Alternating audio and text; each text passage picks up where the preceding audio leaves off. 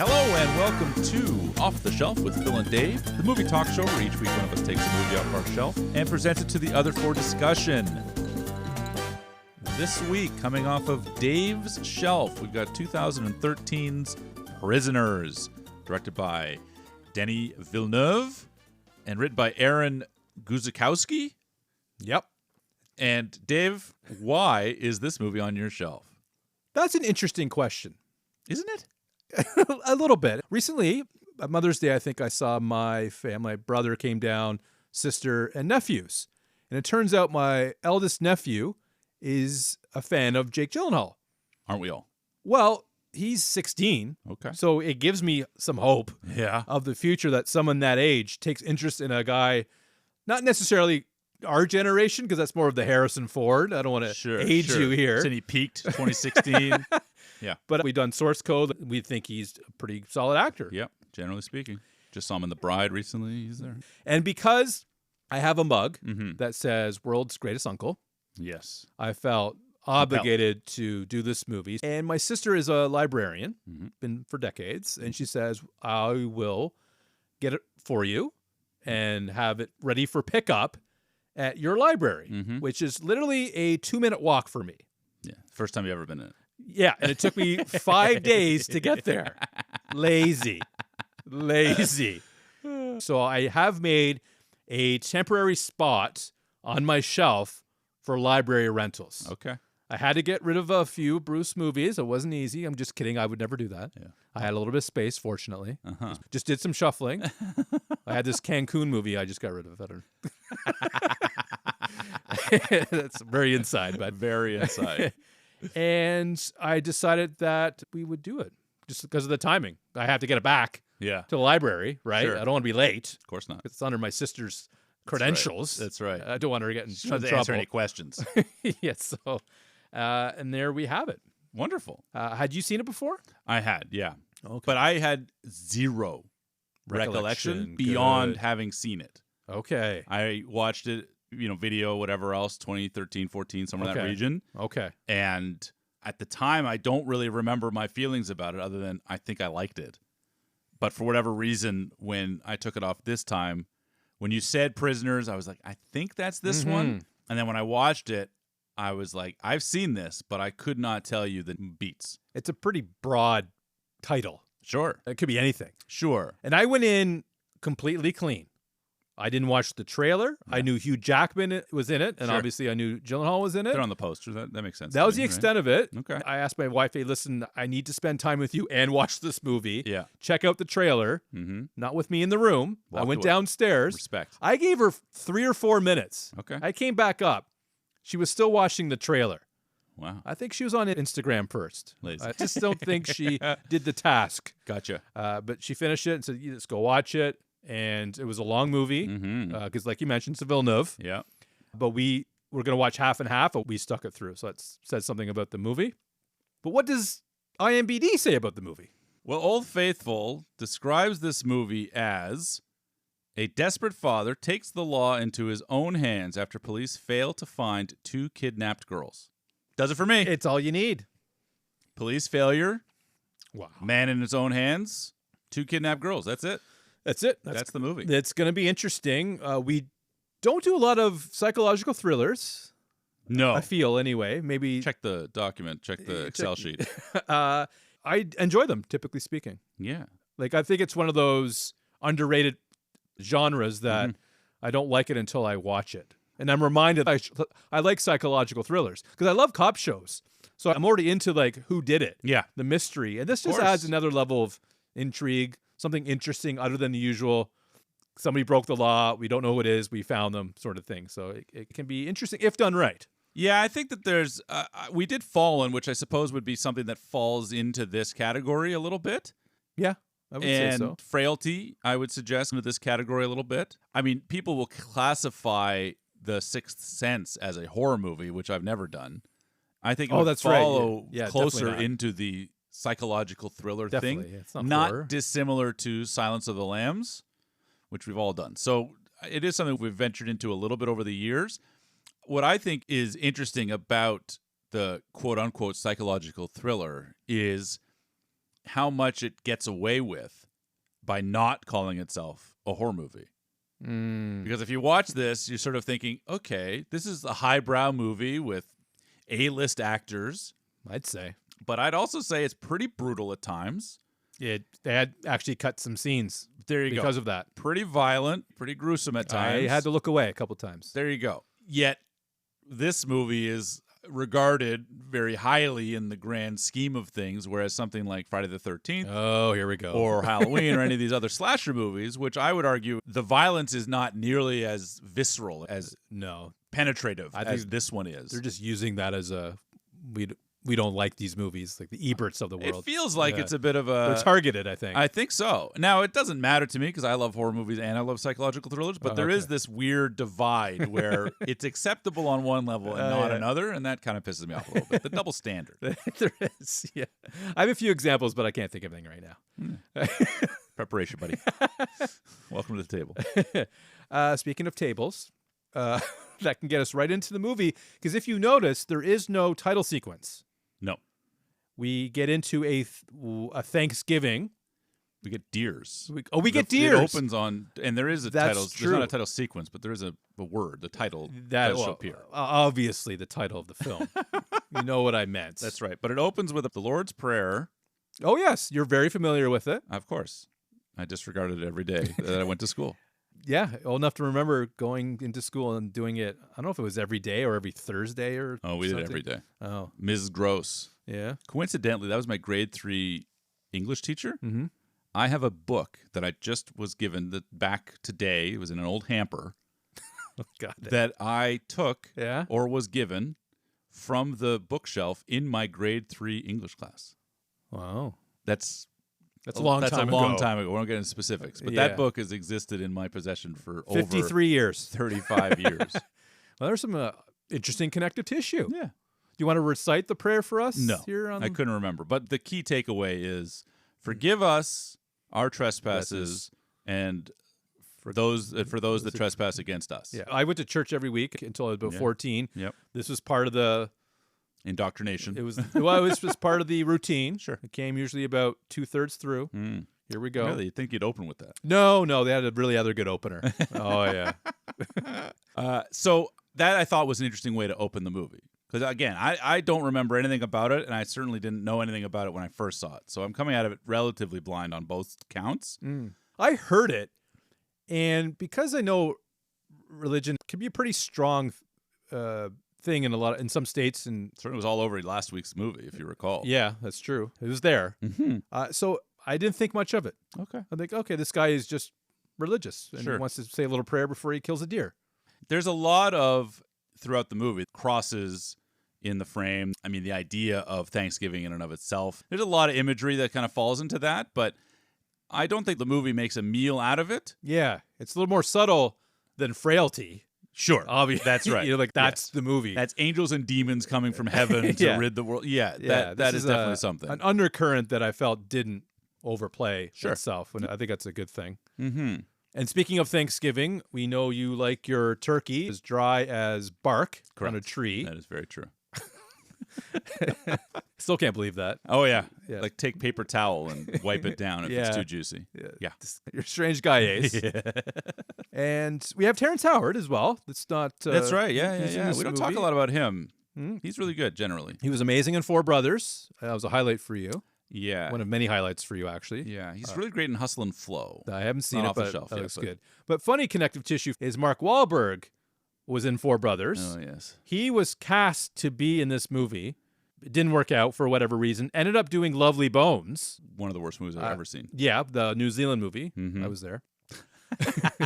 But he was still an executive producer. Yeah, that's how it goes. But he was tied to it. And another thing I thought was interesting as well, since we're talking about casting, was Gosling wanted the role. Okay. And him and Jake have a friendly competition going for roles. I don't know if you knew that. Couldn't tell you. Nope. Villeneuve wanted Jake, didn't even audition for it. Okay.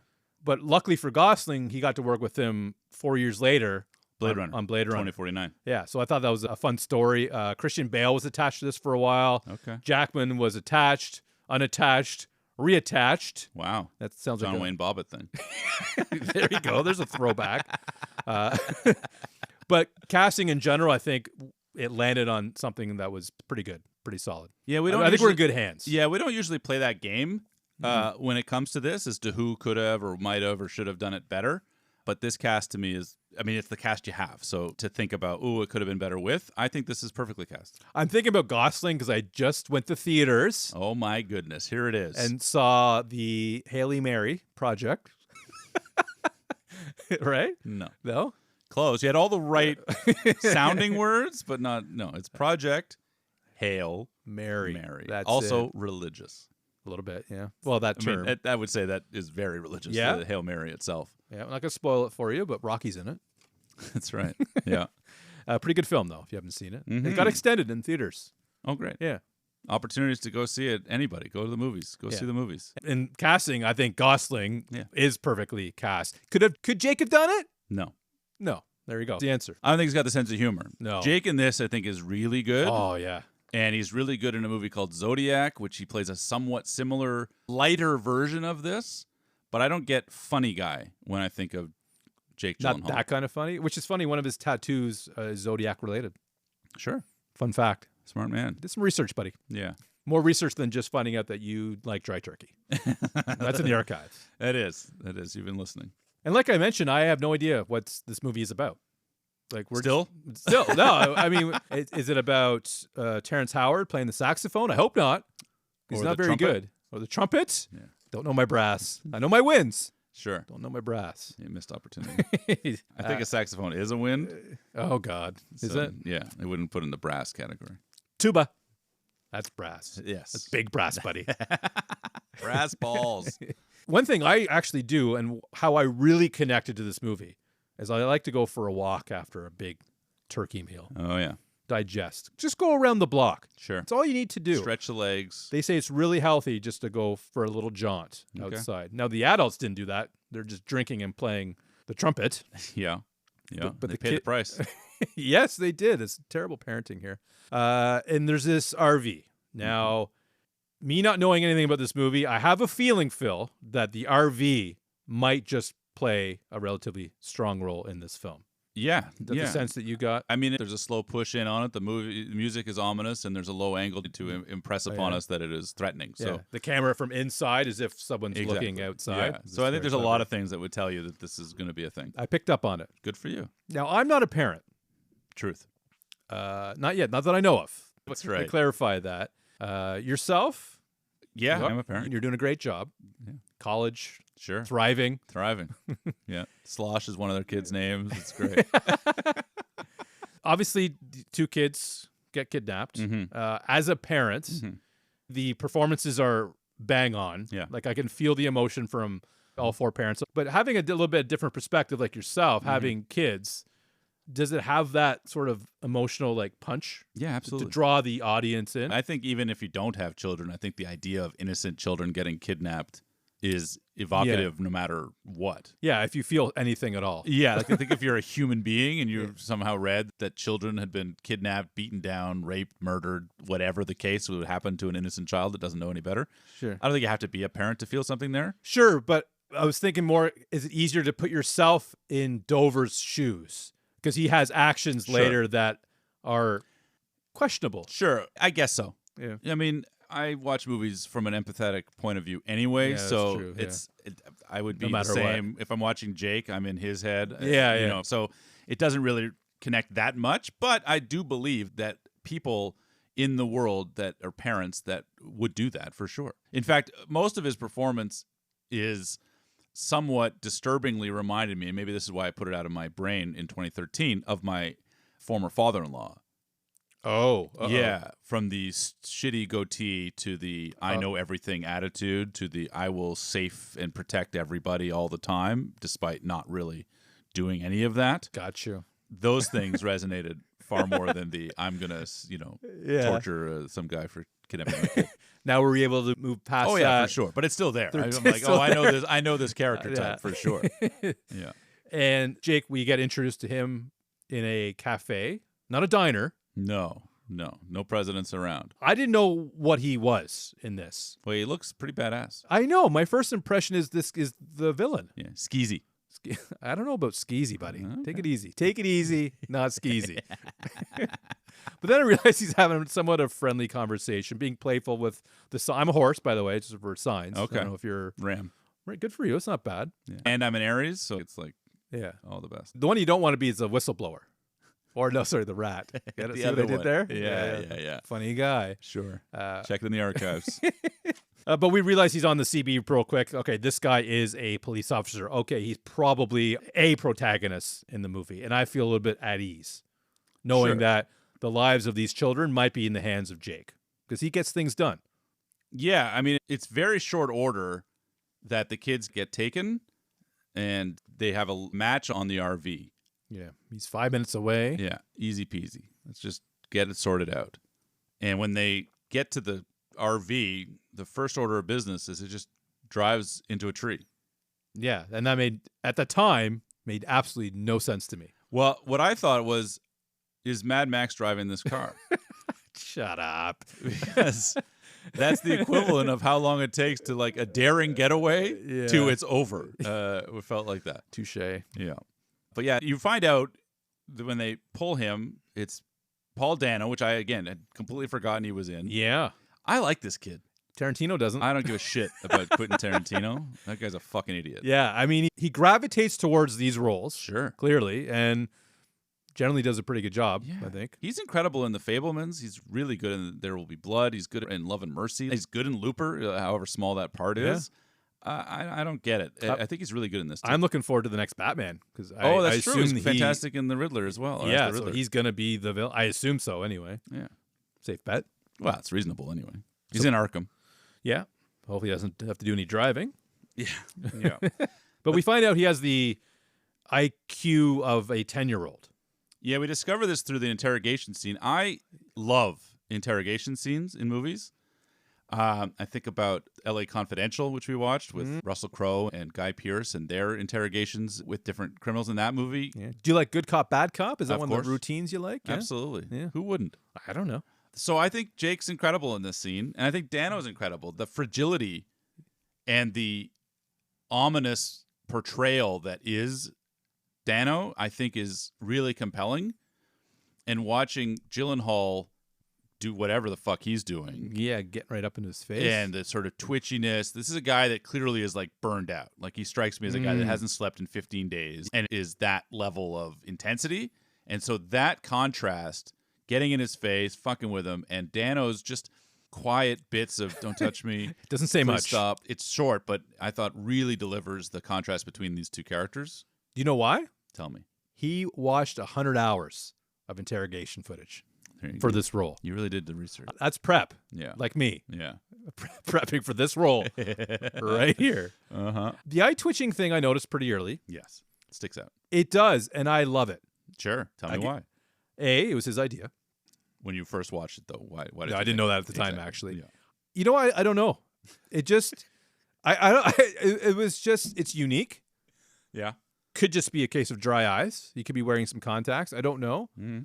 It just seemed to fit the character, like you said, strung out. Yeah. I don't have to have an explanation for you. I just like it, okay? I just like it. Fuck off. Yeah. It just fit the character. Okay. Maybe he's just a really good eye actor.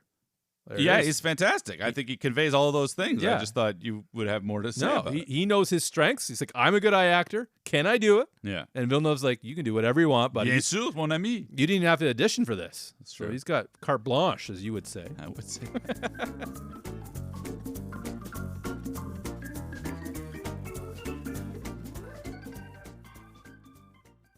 But now I don't know if you know this rule. I do because I watch a lot of Bosch.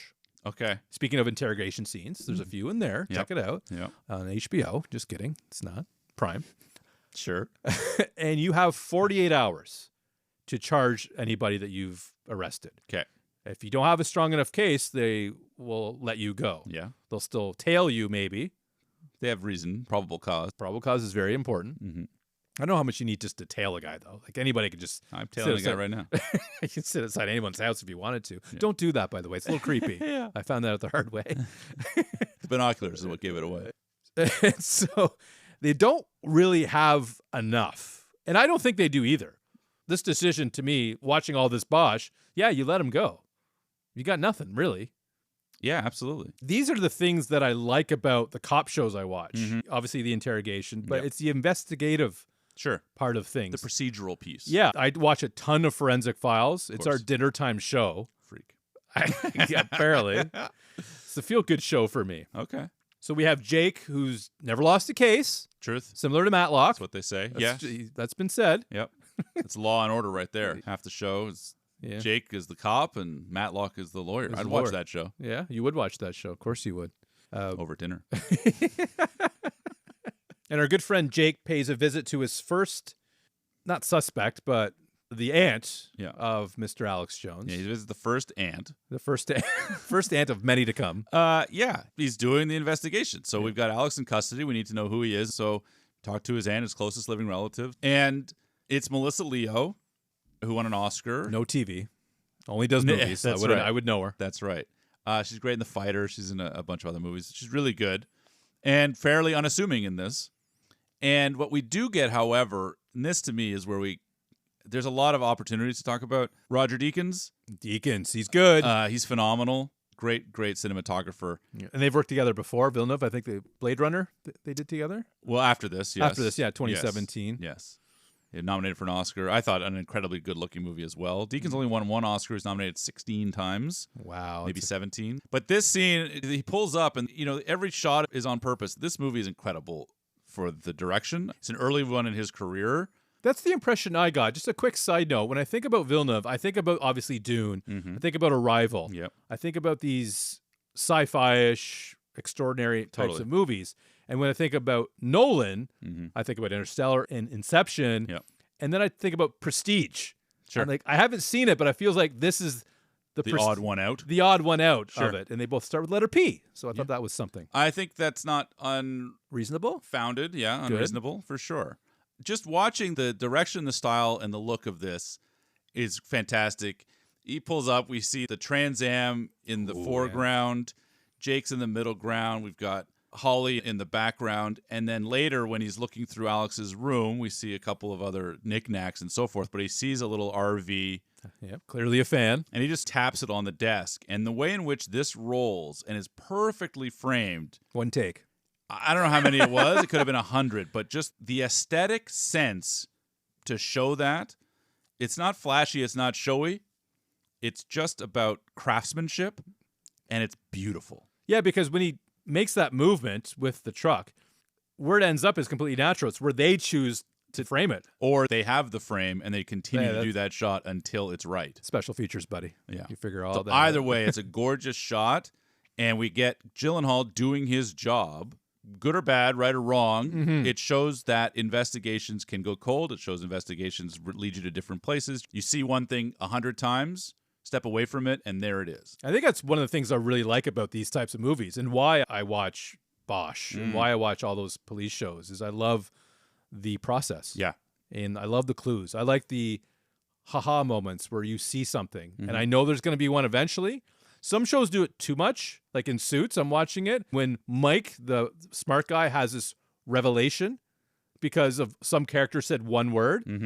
If you go to that too many times, it becomes a little bit too formulaic. But just one or two of those moments, I think is the sweet spot. I think you're right. Too much, and you're sort of like roll your eyes, and not enough. It's sort of like, I want more. Like, this is your job, right? You can't just find it first thing. So I like that there's some digging. And I know it's another very important thing in those cop shows. You need evidence. Yeah, that's the key right there. And I've seen a lot of vehicles be impounded on Forensic Files, and they're finding little fibers, of course, little specks of blood. Yep. But this RV surprisingly is clean, but not clean. You see something like that, and you just assume bad guy, because the way the camera's presenting him, peering out of the window, the ominous RV, right? Like, this is bad guy, runs away. And the actor playing him is... Paul Dano is kind of a bad guy, generally. So that part, it's like, yeah, tick the box. Makes sense completely. And then you find out that the RV is completely clean. And they've looked, and they've dusted, and they've done all the things, and we're cross-cutting. I like that juxtaposition. As you should. And obviously the movie is intended to do that. We talk a lot about trying to figure out the movie. At any point, were you caught up in trying to figure out the movie, or did you let it wash over you? I let these ones wash over me. Okay. I might have some ideas in my head. I'm curious, Sure. but not to the point where I let it take away from the movie. Mm-hmm. I'm here for the ride. It takes me where it takes me. Yeah, I wrestle with this sometimes. We talk about Minority Report, and the fact that I anticipated right away that Max von Sydow is the bad guy, I don't know how you figured that one out, buddy. You're good. and that Colin Farrell was being set up to be the bad guy, and my pickled brain was just like, nope, not buying it. You have a gift. Well, it's a curse, really. It means I can't enjoy certain things. Sure. And this is an example of a movie where I was not at all playing catch up. I just went with everything that was happening. Yeah, I never felt behind, and I never felt ahead. No. And that's, to me, is That's- a better mark, right? Yes. And I think he delivers fully because Paul Dano has all that baggage. I'm not fully convinced he is the bad guy, but I'm not convinced he isn't either. He's involved on some level. Gotta be. Has to be. Yeah. And I think that makes that character a lot more interesting than what it would be on paper. And Dano brings that. And the RV thing being completely empty is creepy. Because why? Is that intentional? If you are the bad guy, of course you want to make sure that there's nothing to link you to it. But you're 10 years old, mentally. And that's the other reveal that happens after this. And we find that out as he's explaining to Jackman. Yeah. And Jackman's great in this role, in this moment. generally I think he's speaking. fantastic. I don't have a lot of Jackman movies on my shelf. And I get jacked, buddy. I'm a little ashamed. Yeah. I'm a little ashamed. I have Wolverine, and Okay. which I don't even really like. It's not good. It's not. Logan's good. Yeah. It's Canadian, the character. Yes. Yeah, it's yes. interesting. Actually, it's Logan I have. Okay, that's a good one. James Mangold. I'd have to watch it again. I saw it in theaters, and I do own it, so I saw it in the theaters, too. I got to give it another go. But yeah, this is a role that I haven't really seen him in, this type of character. Yeah. And I'm pretty impressed. He's pretty intense, but rightfully so. I mean, I can't imagine specifically what he's feeling, but I can empathize pretty good Sure. that, well, if he's old enough to drive a RV, Yeah. he's probably old enough to kidnap a kid. Yeah, immediately poking holes in the story. Right? How can he drive? And he just repeats it over and over again. And Phil, I hear what you're saying. And that is Gyllenhaal's fantastic response. He belongs in retail. That's right. I get it. We're looking at all possibilities. I Yeah. get it. I need you to calm down. Yep. Classic. My wife was thinking he just doesn't have very interpersonal skills. Correct. And that's probably part of his character. Yeah. And Jake doesn't have a good answer for him. He doesn't, but you gotta let him do his job. Yep. He's never lost a case, so let's give this guy the benefit of the doubt. What I think is interesting, too, and I thought we talked about this with doctors and so forth, is the empathy that is lost. Gyllenhaal presents no support Yeah. or understanding or comforting to anybody in this family. Not He says, I'm going to particularly. find them, but that's like the job. But I'm not giving you that bedside manner. Yeah. And Jackman is so Jacked. amped up. Exactly. He's so amped up that I think you could have deflated that or popped that balloon just a little if you were willing to. But the most he gets is, I hear you. I get it. let me do my job. Let me do my job. But I really like these two actors front to front here. And what makes his job a little more difficult, Phil, is your police captain. Oh, yeah. That can make or break the office chemistry. Of course, the dynamics, all off. I'm going to see how many times I can bring up Bosch in this. Okay. But he didn't It's get a real along with treat. this captain. He got along with some people, but Bosch often, because of his Charts his own course. because of his ways, Mm-hmm. he did ruffle a few feathers with other people who had some other ideas. He's a bit of a lone wolf, I got you. but he had a partner, and they got along. Were they the lone wolves then together? Exactly. Just a couple of lone wolves in the town. wolves. But unfortunately, they only have 48 hours to charge him, and the captain won't give him an extra day. Which, coincidentally, Hugh Jackman, Les Mis, One More Day is one of the great songs. of that Oh, movie. wonderful. It's sure it's on your Spotify. That's right.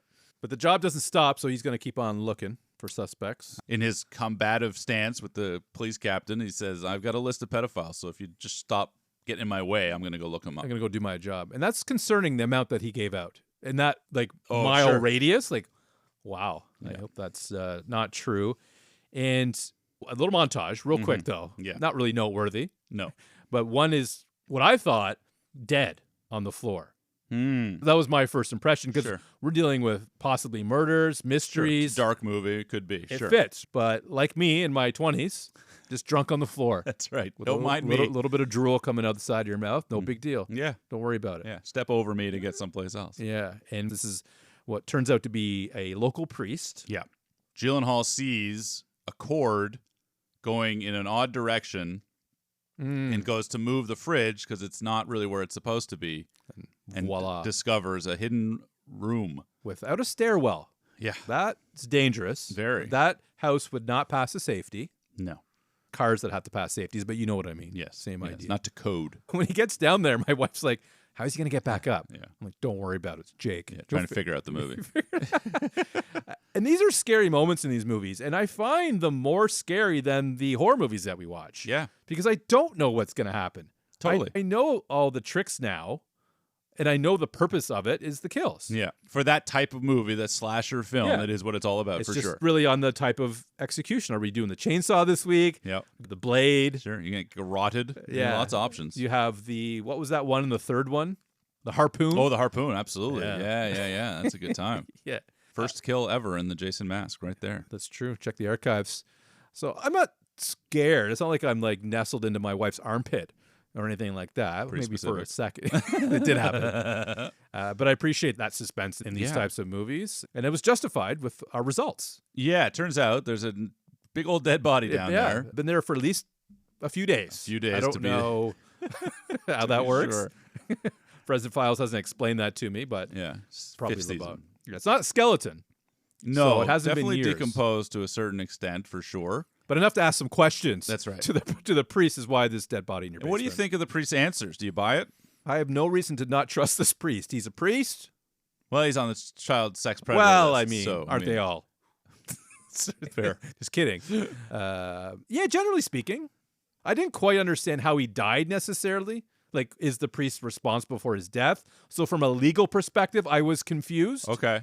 But I believed what he was saying. I Sure. just don't know how much time he's doing for this situation. Sure. Yeah. I mean, you certainly get the impression he was tied up Yeah. and left for dead. I guess that's what he wanted because he had sinned. That's my thinking, is that this guy shows up and he's got his own issues, I'd say. asking for help, and that's how he helped him. Do you think that's what the guy wanted, though? I think that's the question.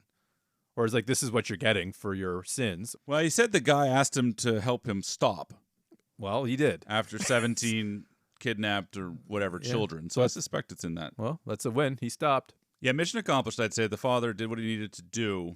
But what that means is that there is still no evidence for Alex's involvement, which means he's released.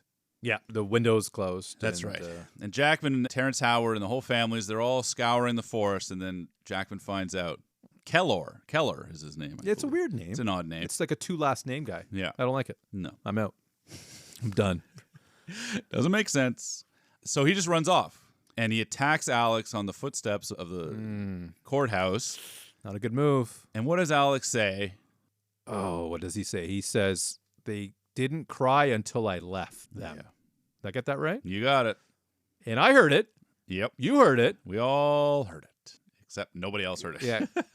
So that's a he said situation. Absolutely. But it also means, as an audience, Alex isn't off the hook. No. Even though there's no evidence, even though the RV is clean, there's some malevolence happening. He knows here. something. It sounds creepy as shit, and certainly implicates him. And that pushes Dover over the edge. Dover the Edge was Dover the the original Edge. name of the movie. When Wahlberg was going to be in it, that's what it was going to be. Just glad his first name isn't Ben. That's right. Which leads to Jackman staking him out, Alex Jones. And I know you can relate to this scene. Oh, yes, absolutely. I've stalked many. Oh, no, Not that part. The dog walking part. Yes. And he does something really weird with the dog. Yeah. And that, I think, is done to add to the suspicion of his character. Totally. Because you don't do that. I mean, it doesn't hurt the dog, per se. Well, I don't know he what the dog's whimpers. feeling. The dog didn't really like it. didn't- Didn't seem very excited about it. No. Yeah, Dover goes and fights with Gyllenhaal to say, like, look, he said all these things, and they're like, we can't arrest him. There's nothing. And he is pissed off at the captain again, right? Just one more day. That's all I asked for. I told you this would happen. Yeah. And so Jackman takes it into his hands, but this is the only part of the movie that I find strains credulity. Okay. To me, that is confrontational. To me, Alex goes for this walk, senses or notices or sees Jackman watching him, Pretty obvious. Yeah. then holds up the dog in some level of discomfort and in a threatening manner, and then proceeds to walk across the street singing Jingle Bells, Batman Smells. Great song, by the way. I sung it as a kid. We all have. Mm-hmm. So to me, if Alex is, as we find out later, a little less than involved in this whole thing, that piece tells me more malevolence. That tells me, fuck you. That's a taunt? It's a taunt. It's a taunt. I think I'm messing with you, and I'm going to show you. I'm going to fucking play with your head by singing the song, and I'm going to hold up this dog whom I'm supposed to take care of, and I'm basically hurting it. I see what you're saying. So it's kind of manipulating us I think as an so. audience. But it's also how Jackman. Now, I don't mind being manipulated. That's movies. But if we're led to believe that he is this innocent, which the movie pays off at the end, if he's the innocent, that's what I don't like. Then you don't do these two things. You can't, because they don't. You can do the other stuff. Yeah. Because he's got like plausible deniability on everything else. I'm in the RV. I like to go for a drive. I like to. But this is a mismatch. Yeah. When you watch the whole movie, now this scene no longer matches up with a scene later. And that's important to me. I don't like the mismatching. Yes. That's a problem. Yes. Now, it's not enough to take me out because I don't really I didn't care. Really and I think the notice performances are wonderful. Like, there's enough stuff that's going in its direction in the right way. I just figured he's really not with it. And that could be it, too, right? It could be easily dismissed. But I just found this is the one moment where I'm a little less than... It could be construed that way. Yeah. And you construed it that way. I did definitely construed. Some construation happening here. Totally. And this movie does this a couple times where it just fades to black. Yeah. So we don't know exactly what happened next. Time jump. You're not that guy, I know, but... No. But then it's him and Terrence in the truck driving somewhere. Yep. With an extra set of clothes, which is good to have in case you shit yourself. Need a go bag. Yeah. And this was mentioned earlier, almost right near the beginning, about this other house. Yes. Grandpa's. You could just renovate it. It's too much money. It looks like shit. And he's right. That's a big undertaking. Like, that's not livable. No. But fortunately, it has a bathroom. That's right. And that's a great place to keep somebody against their will. a prisoner, if you will. So they got Alex. Yeah. Got him tied up. Yeah, Jackman gets him. I don't want to. You said they. This is Jackman's deal. You're supposed to say they now, okay? Yeah. Well, I mean, you're right, because Terrence has no idea this is happening, and he's not on board with it. No, he's like George Aronoff and Dave Moss. He's just there because he listened. Pretty much. Poor guy, because when this goes to court, questionable for sure. And it starts out, I don't want to say tame, but there's a progression here. Yeah. Assuming that he'll talk after a few blows to the face. Lay the threat out, and of course, anybody in their right mind. I'm talking. But he's not in his right mind. He beats the shit out of him. He really does. And the anger and rage, and I think this is an interesting element, which is this sort of religious, peaceful guy who says the Lord's Prayer 5, 6, 25 times a week, a month, a day, whatever. Yeah. And we've already heard a couple of times in the movie alone, has the rage and anger and penchant for malice that he can just beat the shit out of another person. Now, that is clearly the love of a child, if you want to call it that, overpowering whatever religious beliefs he may have, or it's justified under the circumstances. You can just ask for forgiveness after if he's Catholic. It's fine. Yeah. Just oops. My bad. Can I get a buyback? 7 here? Hail Marys and you're got a clean slate. That's right. So anyway, I found that to be an interesting character trait, but it's intense. It's very intense. And this movie really handles those kind of moments really well. You get the first few shots and certainly see some damage, and then you cut away. You know where this is going. That first part we've seen in like action movies where people get beat up. Yeah. That I'm like, okay, it's what we see a little bit later that's really really intense. Powerful stuff. And the more and more I hear you talk about this movie, there's more religious stuff than I may have picked up on. Oh, okay. Because the next scene we were back with the priest. That's right. And I mean, he's going on about something. And it's God related. Sure. Trying to justify? Well, I think just to try and find a way to explain what, he says that there's a war against God happening in the daylight. He knows what's going on. Sure. Or he's fighting against it. And that's what this guy was. He shows up. I've killed 17 kids. You need to help me. The fact that evil can exist, the religious overtones are there. The war is coming is what he says. And that obviously ties in later when we reveal what the real villain of the movie is. And that rationale, I think, comes along pretty naturally, and it matches with this, because the fact is, it is in the world, it is out there, and this kind of evil does exist.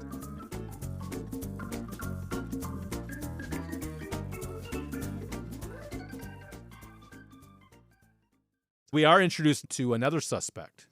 Yeah, the villains just keep popping up. Gyllenhaal is at this vigil, and he sees a shadowy man. Yeah, with a teddy bear. I don't know if he's the one that put it down or he's just checking it out.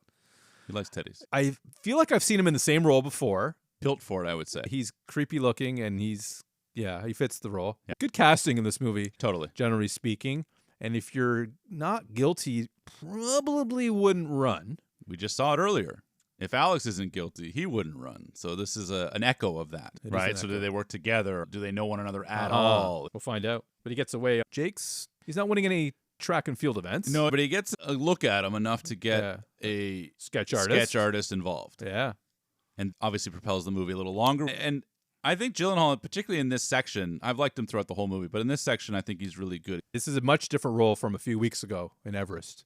Absolutely. Not as chill. Yeah, that's a good example. No pun intended. Chill up there. Yeah, it didn't end well for him. But yes, definitely a much chiller environment. Gets a phone call, somebody from Walmart. Like a Valley Village. Oh, I'm just trying to get a sponsor, perhaps. But at that point, that's all we're given. That's right. Just a little bit of a lead. Very investigative. But we're going to put a pin in that for now. We go back to the captivity, the prisoner. Yeah. We know Terrence is not fully on board with this. Mm-hmm. And it's always good to tell your wife everything. Yeah. It's very important, Phil. So his wife catches wind of what's happening and wants to see him. Catches wind because he told him. Yeah, that would be it. Yeah, that's the exactly wind they caught. I don't think It's not like she just heard it randomly. And Jackman, the word on the street is you kidnapped a guy. It is. Yeah. Check this out. Everyone's talking about it. Water cooler and everything. And she's not doing well. Both the wives are really distraught. Understandably so. Maria Bello, is basically in a coma all the time on the pills and stuff. And Viola Davis here, I think, is really good in a couple of the scenes that she gets. Yeah, yeah. And so, she shows up. And this shot, again, just the framing of that. Oh, my God. His head behind the sink. And I thought that we're not going to see it. I was like, oh, this is classy. Yeah, I don't want to see it. It's too much for me. Me and my wife both looked away. The big reveal, it's garish. That's good makeup. It really is. I'm just trying to say good things about it because it is quite terrible. I'll load it up for you here. We can... No, thanks. Those eyes, like you can't even see. It's incredible. Just a blood-soaked face, just looking terrible. And watching her react to that. These are good people, good religious, faithful people. And seeing the depravity that these two or one is capable of is like a real punch in the stomach, I'm sure, for her. Because this isn't just an accident I'm looking at. This is somebody did this. Yeah. In fact, my husband did this. Well, and my best friend husband did this. Yeah, he's involved. And remind me of Jericho on how people change. Sure. Especially if you remember season 2. Mm-hmm. They're fighting against the other town. They used to have friendly sports rivalries. Sure. They have bake-offs together, all these great things between towns, and now they're mortaring each other. Yeah. Like, wow. It's just... It can happen, right? It's self-preservation or it's anything that can trigger it. But watching her react to not only Alex's face, but the realities of the circumstance, I think is really good. And she's trying to...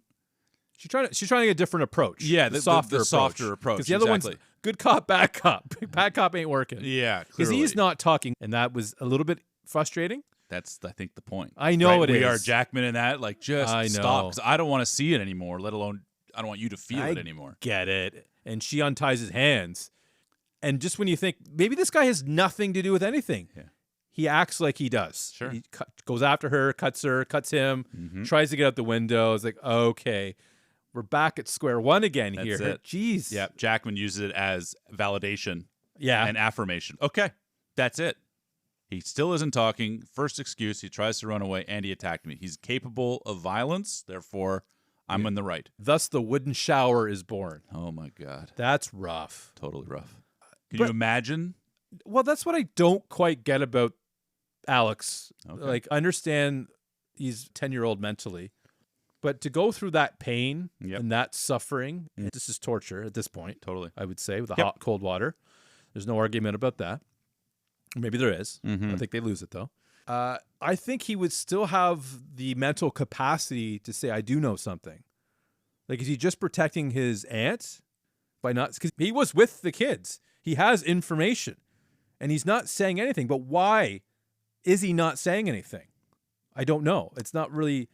explained. I think he genuinely is incapable because she talks about later in her explanation, the aunt's explanation, that he's had fewer and fewer words ever since, right? Like he's just completely shut down the world in part of what he's experienced from. She's not helping. She's definitely not. Not a good role model. From the young age, right? So I think it is legitimate, but you don't know that. So all you have is this frustration, this anger, this rage, and frankly, this suspicion that he's the bad guy because the movie has presented it that way. And we like Jackman. We like Gyllenhaal, even if we don't like the Keller's actions, demeanor or whatever. You can't really argue it. You can certainly justify it by saying, yeah, but I mean, his kids. I mean, like, of course you're going to be at your worst when this happens. But this is... It's definitely to an extremity that is unbelievable. And the fact that this sort of righteous person can have that level of depravity is telling, and I think makes for a compelling character. Yeah, that's the main crux of the film, is that character. Absolutely. Yeah. And the fallout of this is Viola Davis... She basically says, whatever happens, happens. Yeah, we're not going to help him, but we're also not going to stop him. That's talk about on the fence. Yeah. That's what I'd be doing. It's a quiet exit. Yeah. Right? I don't want to be a part of this, but I also want the end result that he does. Yeah. That moral ambiguity is not something we really saw last week. I'm certain this is the way, right? That's Pollock's way in Deterrence. This one is, I don't know, but I can't live like this. So I need an answer, and if this is how I get it, then I have to turn a blind eye to it. These characters are at different tiers of what they're willing to do. And Jackman's wife is on the other end of things. I'm just comatose, not doing anything. And these two are sort of in the middle. Totally. Yeah, that's the dynamic we have here. Yeah, the next time we see Maria Bello is when Bob... Oh, Bob, yeah. Makes a little visit. That I was confused about. I didn't understand what he was doing. Okay. He was entering both the homes, but that's all we see. Yeah, there's no real... Yeah, one of the daughters is in there in the bathtub, and there's some misdirection there. She's gone. Yeah. But she's just pissed off, and tell me when you're leaving next time. Totally. Good point. I think in this what's stage, happened, yeah, you better be clear. Yeah. Lock those goddamn doors. But I mean, I haven't locked my door in... Really? Well, just when I go to sleep. And even then, sometimes not. Oh, I'm in Vanier, so they're always locked. Yeah, boarded up. Oh, yeah. My garage has been broken into twice. Oh, my gosh. Geez. A lot of tools I lost. Luckily, I don't use them. So it worked okay. Jackman would on Alex. But so I was a little bit confused and it didn't make sense to me. Obviously, I figured it out. Yeah. My wife already knew.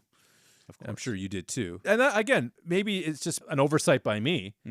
But if I'm not figuring things out, I'm pretty happy with the film. Sure. Because I don't want to know. Yeah. Which is why I felt terrible for you for Sixth Sense. I would never want to know that. Yeah. It might be Alex. It might be Bob. It could be somebody else. I never thought who ended up being was the person. Yeah. It's fun. Yeah. It's kind of obvious now looking back. Oh, yeah. Of course it's that person. I think at some point the movie wants us to think it could be Jackman. That's right. I don't know that I really fully buy that or even that the movie is fully doing that, but it does drop a couple of... Like, he's up to something. Yes. So Jake's following him around. I would say probably the worst tale He's not very possible. Good. Yeah. I've seen, again, a lot of shows. You're not doing a very good job. You're at a stop sign. Yeah. Just pull over. Just pull over. What are we doing here? Around the corner. Doesn't matter. You still have the view. Yeah, it's a terrible movie. That... Yeah, you have this big truck, obviously giving away his... And all he says is go around. You know who isn't hearing that? The truck behind you. Yeah, I heard Give a emotion. I called the driver. Said, I heard him say it. Go ahead. Go around. You're clear. This is a reveal where we find out, or at least this is what he tells us, that he hasn't had a drink in 9.5 years. Yeah. This is a pretty good excuse if you want one. If you need one. Yeah, if you're looking for one. Hence why he didn't go directly into the liquor store and came out, because that's adding question marks. Like, are you going to the woods? Did you bury somebody? So yeah, again, it's some misdirection. I love it. It's good because it's not manipulating us. We're seeing the same thing Jake is seeing. Yeah. There's no mismatch here. We're all on the same page. His explanation checks out.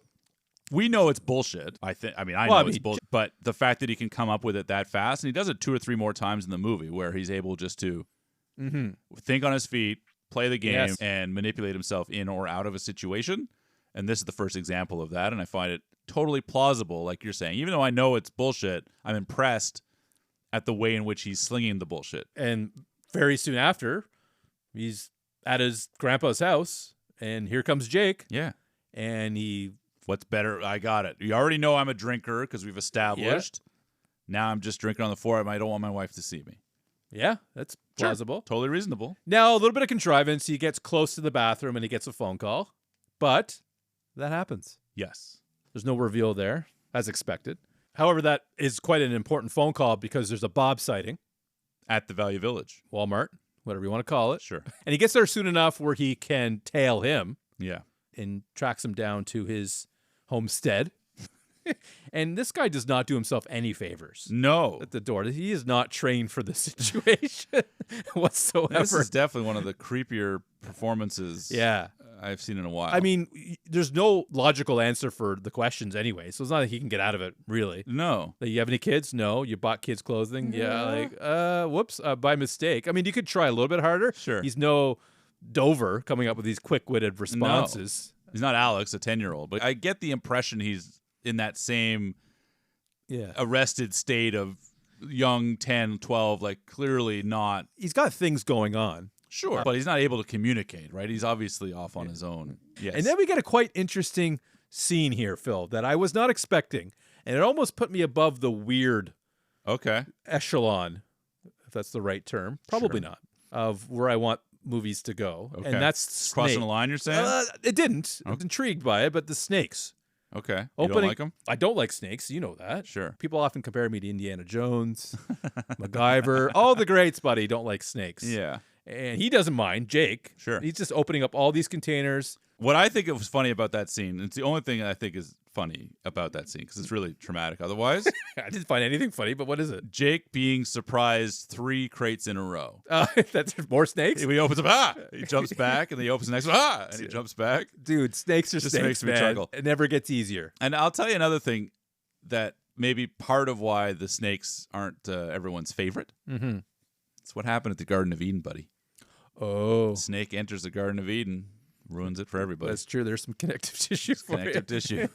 You're welcome. But there are some garments, and there's some blood. Yes, and pig's head in the sink.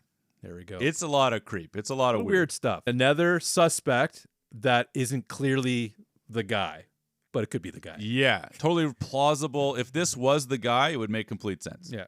You spend the half the movie thinking it's Alex. You found the next half it's this guy, and now you have to pin it on him.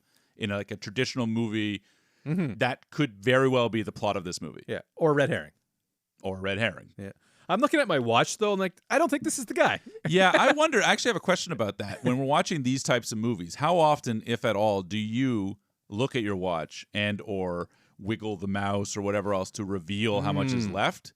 Yeah. Because you talk about you don't want to figure out the movie, you don't want to know anything, you want to see it as clean as possible. And I'm guilty of this too, but I meant like for your purposes, you say all these things, but if you're engaged in a movie and it's wrapping up to, let's say, Bob is getting arrested. Yeah, they look at your... And then you look and go, an hour. Yeah, they're like, no. Like, okay, well, you're not spoiling anything, but you are kind of. So do you turn off or do you sometimes play the game with your own, like, oh, shit, it's 45 minutes, I guess it's not this. I thought about it in this movie. I'm like, I wonder where we are at this movie, time-wise. Sure.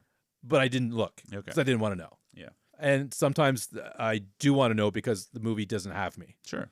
And you know me, long movies are a struggle for me. Yeah. And Villeneuve is a slow burn guy. Yeah, it's incredible. I struggle with Dune. Yeah. Arrival, I actually ended up really liking. Yeah. But this one I had no issues with. Blade Runner you enjoyed as well. You know, haven't talked about it. I don't want to. No, you know, spoil it. we'll talk about it then. I have issues with Blade Runner for pacing. I do. But this one, the little things, like you mentioned, the little shots of the toy, we don't need to do any of these things. These are the things that make his movie longer, but these are all choices that he likes to do. And in a lot of cases, they pay off, which is why he's such a good filmmaker. Yeah. But I'm completely happy with this 2.5-hour movie. Fantastic. Surprisingly. I love it. Maybe I will watch Oppenheimer.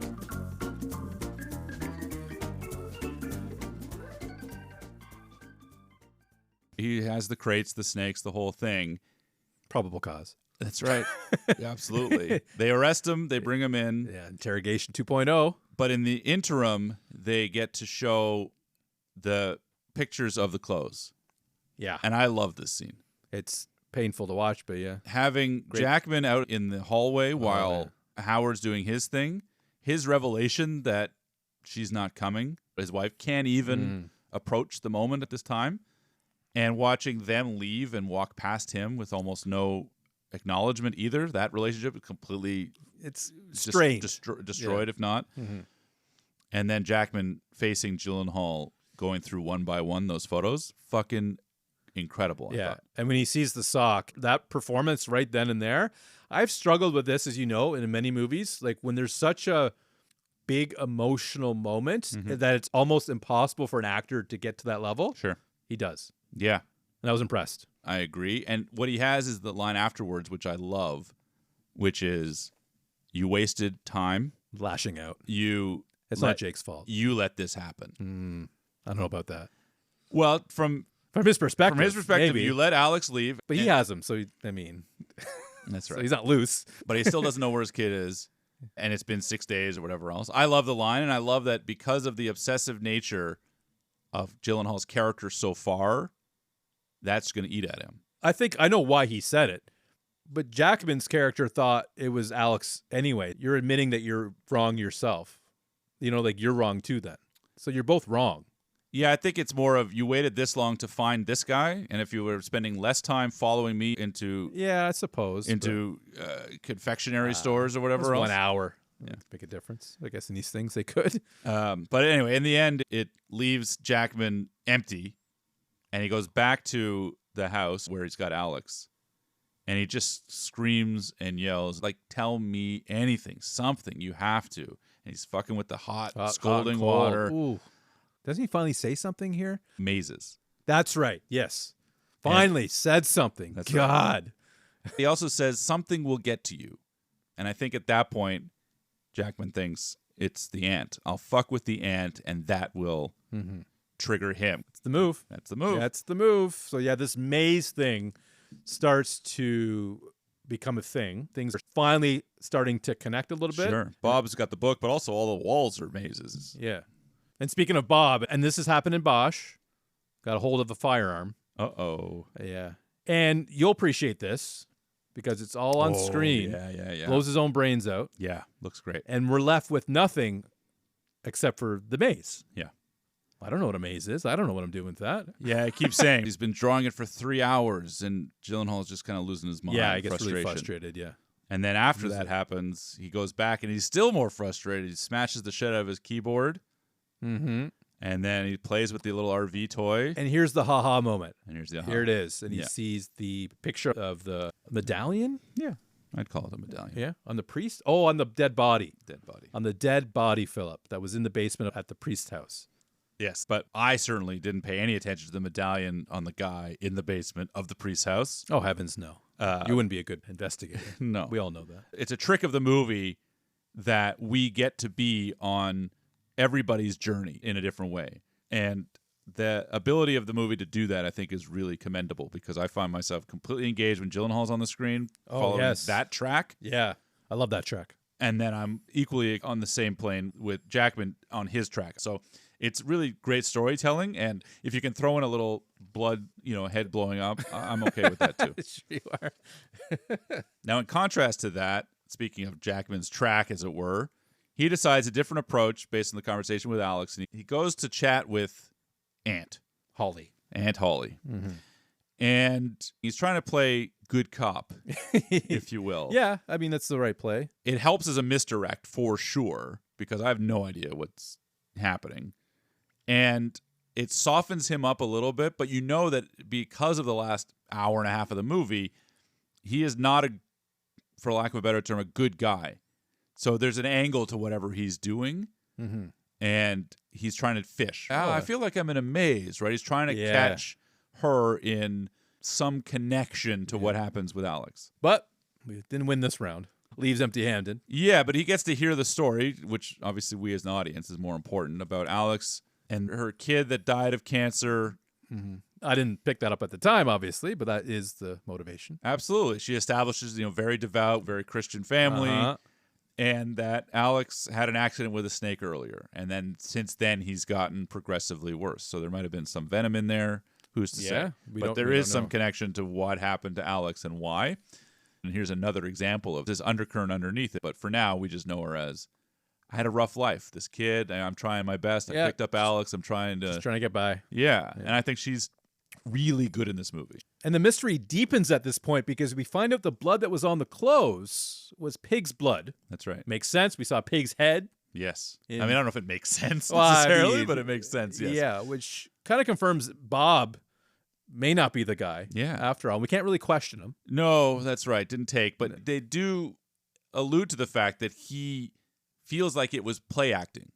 There's no connection, but there's clearly something off if you've got in the backyard child-sized mannequins being buried. And then with Gyllenhaal, he looks at his notepad and remembers about the window being open and puts 2 and 2 together and realizes, Bob has stolen the clothes. And me and Jake are on the same page here. I think the whole movie is exceptionally well laid out that way. You start asking the questions when something is off. And like the Sixth Sense, right? Like, why is nobody talking to this guy? This feels weird. Why? Oh, because he's this. Dead. And this, I never felt any of that. And so this moment where Jake gets the aha, I get the aha. And I really love that feeling. I don't want to be ahead. I don't want to be behind. Maybe like a millisecond or two, but not more than a minute. Yeah. There are movies where it's like these clues are there for you as an audience member, and I don't want the clues. I want to be taken on the journey. Yeah. I want to be Jake. Yeah. Just let me follow him and his story. I don't necessarily dislike it. Movies like Usual Suspects have that, you rewatch it, or The Sixth Sense, and there's other, you get to play with it. But just take me on the journey. And I think this movie does that exceptionally well. And after that, we've established, okay, Alex maybe isn't the guy, and maybe Bob isn't the guy, but this has been going on for a long time. And what is up with these girls anyway? Can't find the guy. And luckily, one of the girls, Joy, comes back. Did that take you by surprise? Yes. We got lucky there. That's a big one. It's a big one. They show it, like how it happened. It's a bit of a tough sell. Mm-hmm. You think the culprit is pretty good at this by now. Sure. Like they've been doing it. 17. Yeah. Long time. To mess up like that, to let that kid get away. Sure. But because this movie has done everything else so darn well, and it's really the only thing that can really get us to the next scene. Kind of has to happen. So sure. Accept it. I love Jackman in this moment because of the same level of intensity. He now has a reason of hope. He's been so defeated. The last time we saw him, he was hunched over in the bathroom, yelling at Alex, doesn't know what to do, is crying, like he's too tired to even torture the guy at that point. That's he was right. just out of he's energy. Just beat up, right? Physically and emotionally. So the fact that he can be brought back to life a little bit with this news, oh my God, Joy, but she's gone through so much. So I love the doctor is just like, no, we don't have time for this. You can't do it. You can't do it. Mm-hmm. But protocols, buddy. And then her revelation that you were there. You were there. Yeah. And, what? And then just bolts out. I love where this movie is at right now. Like I said, I'm totally locked in. It's well played. Then Jake shows up at the hospital, not in time to know exactly, unfortunately, where Jackman's going. Yes. He tries to follow him, loses the tail. He's not good at tailing. No. That we've established a couple times in this movie. But I love the misdirection. So much like if you remember The Silence of the Lambs or even The Fugitive. Oh, you think he's getting arrested and it's just a guy pushing drugs upstairs? That's right. Great scene. And in The Silence of the Lambs, we've got the FBI, Scott Glenn's ready to break into the door, and Clarice is just bringing on bells, and it turns out she's at the one and no one else is prepared. That's the best scene of that movie. Totally. And so the way that this unfolds, Jake, I know where you're going, and he bolts to Grandpa's house to see Alex. And Jackman races over to the aunt. Mm-hmm. And the way that plays out, I just love. And so he's got a toolbox, and he's full of cocksureness, like he is the guy who knows, and I will save and protect, and immediately gets hoodwinked. Did you realize that there was a gun? No. Yeah, okay, good. Me neither. She burned her hand. I guess we should have figured something wasn't quite right. Like, how many years have you been boiling water? She's getting sloppy. Sure. I think, again, that she's never been presented as anything other than just the aunt. So I have no reason to question it. Well, that's good. And again, the camera doesn't play the trick because in any other movies, not any other movies, but weaker filmmakers that trust an audience less will show you or tell you now a brief little shot. Why are we cutting to this? You're forcing me to look at her wrist. You're forcing me into a close-up of, okay, so something's up with the wrist. I don't want to know that. That's right. You want to be very subtle. So I'm watching it. And, oh, shit. I didn't know that. Yeah, even though I'd seen the movie 13 years ago, I didn't expect it again. I love when you can watch a movie like this and forget everything to the point where it's like the first time again. Yeah. These movies isn't easy to do that. Totally. With these types of reveals. And she keeps a big 2-liter bottle of RC Cola Yeah. in the fridge. Didn't have a label on it, but I'm going to get a little shout out to RC. Gotcha. You know, Sponsored. sponsored by RC Cola. Might have been a little late on that. And yeah, he's in trouble. If there is a moment in the movie where I'm a little disappointed, and that is the problem with these types of movies, is the payoffs almost can never live up to what I want them to be. It's a tall order, yeah. So for her to have so much exposition, oh, Alex, there's so many names. We took him. We took Bob. This is the James Bond moment, right? A little You're bit. explaining all the things I've done yeah. to you, and I haven't killed you yet. And yeah, this woman at least is presented as a relatively old and fairly frail woman. Mm-hmm. And Jackman is Wolverine. He was. At some point, maybe make a move. But that's fine. It's not your prerogative. But this scene goes on a little too long, a little too much explanation. And it's the one moment where I think Jackman is maybe overplaying it when she says, drink it. And he approaches it with such vigor. And vitality. That's right. Maybe it's Geritol. Maybe that's what he's doing. There you go. But the way in which he grabs it by both hands, and it's just a touch too high-pitched. That's the only issue I have. That's okay. And then he does it twice. It's RC Cola, but it's delicious. And then the car comes full circle with the Trans Am. Yes. See, I thought it was a Camaro. No. Okay. Come on. You're a card guy. Yeah, and as it's all happening, she talks about how what she's doing is waging war against God. And that's really the full picture of what's happening. It's the last puzzle piece of the whole thing. You suffer. Yes. That's just the whole point, is I do these things so you become unreligious. Yeah, basically. Yeah, What God would allow you to do this. Yeah. I was devout, and God took my child, and therefore I will take children. It's good for the goose. To show you that God does not exist. Mm-hmm. And we talked about this in The End of the Affair, which you probably do not remember. A little hazy, buddy. There's an affair. Yes. And it ended. It's phenomenal. It's a letter of hate to God. He's writing a letter to God, basically, leave me alone. Took this thing away from me. Don't spoil it for me. Yeah. It's an incredible movie. Neil Jordan, Julianne Moore, Ray Fiennes. In 99 movie. Strong year. So even though that last little bit, I'm like, this drags on or whatever, Yeah. the rationale for doing it, I think, is incredibly dark and like just dark. It makes sense, though. Totally. Checks out. Turns people into demons, she says, right? We've watched this whole movie. Jackman go from the beginning of the movie. Nice guy, protect your family. Protect your family, say your prayers, and we're going to do this thing, to hot and cold torture, beating a man to a bloody pulp, and having no remorse for it. That's what taking a child does. She is victorious. Whether she lives or dies, or the kid lives or dies, She's won the game. she has won the game because he is completely corrupted. Mm-hmm. And that is a powerful message and a dark one to end a movie on. I love it. Speaking of dark, she sticks him in a hole. That's right. Very Yes. dark. Yes. And finds a whistle. Yes. Put a pin in that. Okay. We haven't put pins in anything for a while. You pinned earlier. Did I pin I it don't think you earlier? ever unpinned, actually. Okay. Check the pins. And the one smart thing the captain has done Hmm. is he tells Jake, and he doesn't even mean to be smart, that you Yeah. have to go visit Holly Jones. Let her know, get her caught up. And here we have the tell, Yeah. the Oreo moment, if you will.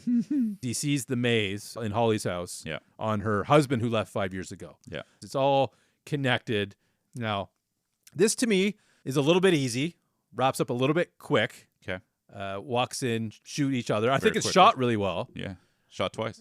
Yeah, I wasn't sure where Jake got shot, but the next few minutes I thought was an extra level of adrenaline I wasn't expecting. Oh, yeah. This race to the hospital, they don't You're have right. to do this scene, but they play it out. Yeah. It's pretty long, too. Yeah. Like, it takes It's- a while to get that hospital, and it's shot great, but his body language, his reaction incredible. is him So- almost passing out. Yep. And accentuated by the fact that the camera is looking through the windshield. Yeah. We are with Jake in such cool ways throughout this movie. So the danger and the drama is there. He's racing Feel it. through. Yeah. And I love also that it dissolves to black when he gets to the hospital, because it's like we don't need to see anything after that.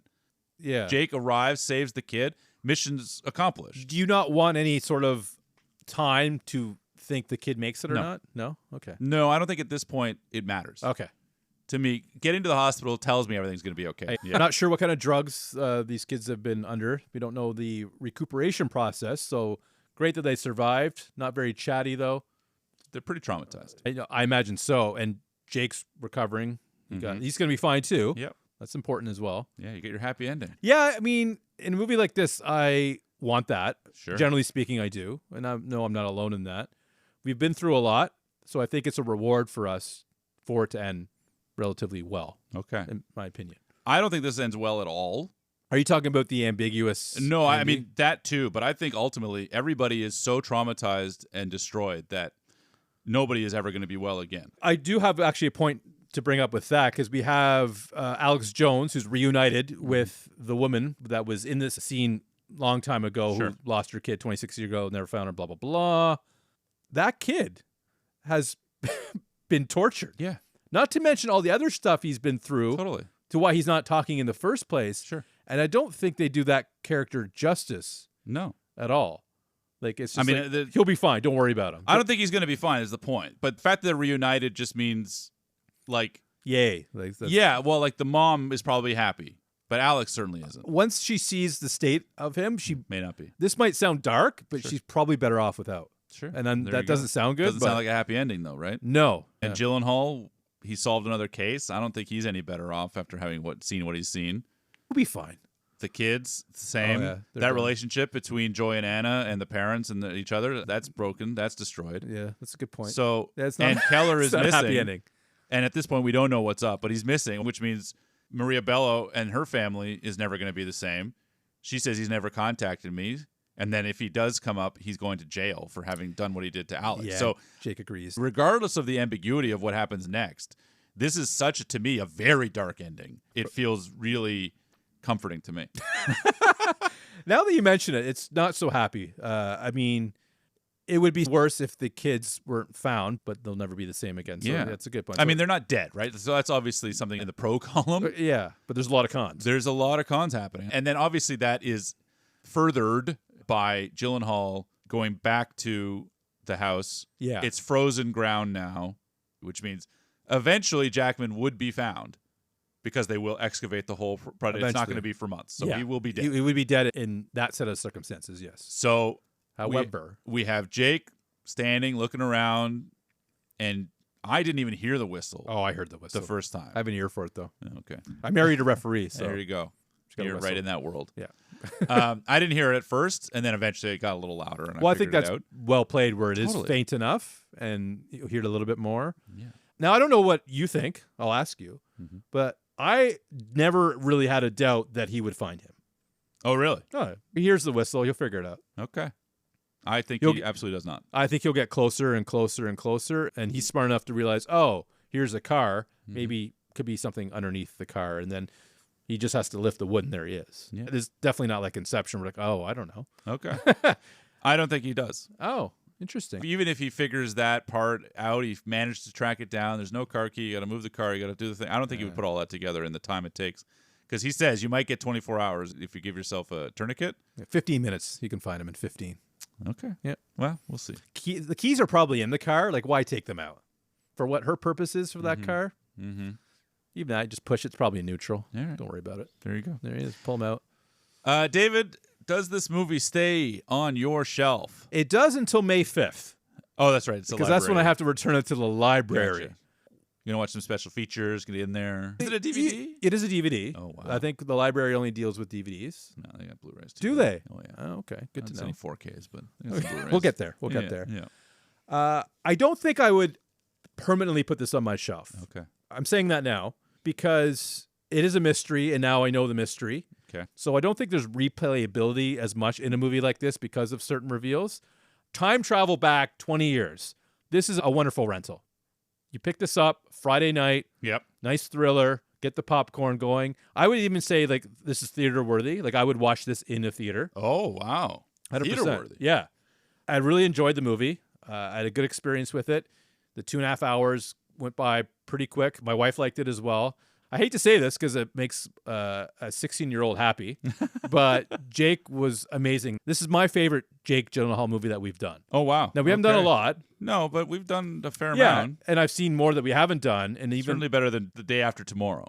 Yeah. I mean... Oh, we did do that. Yeah, Source Code was another one. Yeah, he was good in that one. Maybe it is just the eye twitch. I don't know. But I was just honed in on this character. I really connected to him, even though I don't really have any characteristics that are similar to him. Okay. And Jackman was great, too. I didn't connect to him as much. I don't like that type of brutality. Yeah. So that was tough to watch, Okay. admittedly. But I would be tempted to own it just for Jake's performance. Okay. But I think knowing that I can just pop by a library and pick it up if I had a hankering for it again, I think it would be enough for me. I don't need it stationary all the time. Great. How about yourself? Would you consider having this on your shelf? 100%. Yeah?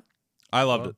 Wow. I had completely forgotten about it, obviously. And what it really did was affirm to me that Denis Villeneuve is a phenomenal filmmaker. This movie is so good looking, so dark. I thought really good performances. Everything about it works so perfectly on its own terms. I would watch this easily again. I want the special features. I want to do the deep dive. And I kind of think I want my shelf to have all of Denis Villeneuve's, at least his English-speaking movies. I have Maelstrom as well on DVD. Okay. But I want everything because I think this guy is really incredible. And he's got, obviously, Dune 3 that's coming up. I know. I saw the preview in the theater. That's right. Which is why I don't go, Phil, because I haven't watched the second one, Yeah. and I don't remember the first one. Well, there you go. Yeah. Well, there's still time. Yeah, there is. And he's going to do the next James Bond movie. I didn't even know they have picked the James Bond yet. They haven't. Okay. But I he's just read an article like we're just taking our time here. But the director has been locked in. Okay. So it'll be Denis Villeneuve, which is a first, well, not only not British, but a Canadian director to do the movie. So 2.5 hour Bond movie. Yeah, coming Interesting. up. We'll see. I think the last one, didn't we do a 2.5? I felt like Casino Royale might have been that It might long. have been, yeah. So anyway, I love the movie. I'll happily watch it anytime. Great to hear that something that, even though it's temporary on my shelf, that will make your shelf. 100%. Whatever it takes. Phil, what do you have cooking for us next week? Just like Jackman, we're going to go to a little rental property I've got. Okay. And, it's a little apartment, and we're going to see the hijinks that ensue. All right. Sounds good. Looking forward to it. I'm looking forward to you folks. Thanks for listening. We do appreciate it. Please rate us 5 stars on your podcatcher of choice. Join us on the Facebook page. Share the podcast with all your aunts and children and friends over Thanksgiving. Don't wait that long, but Yeah. it's available to you. Anyone should listen. Thanks, folks. Good night.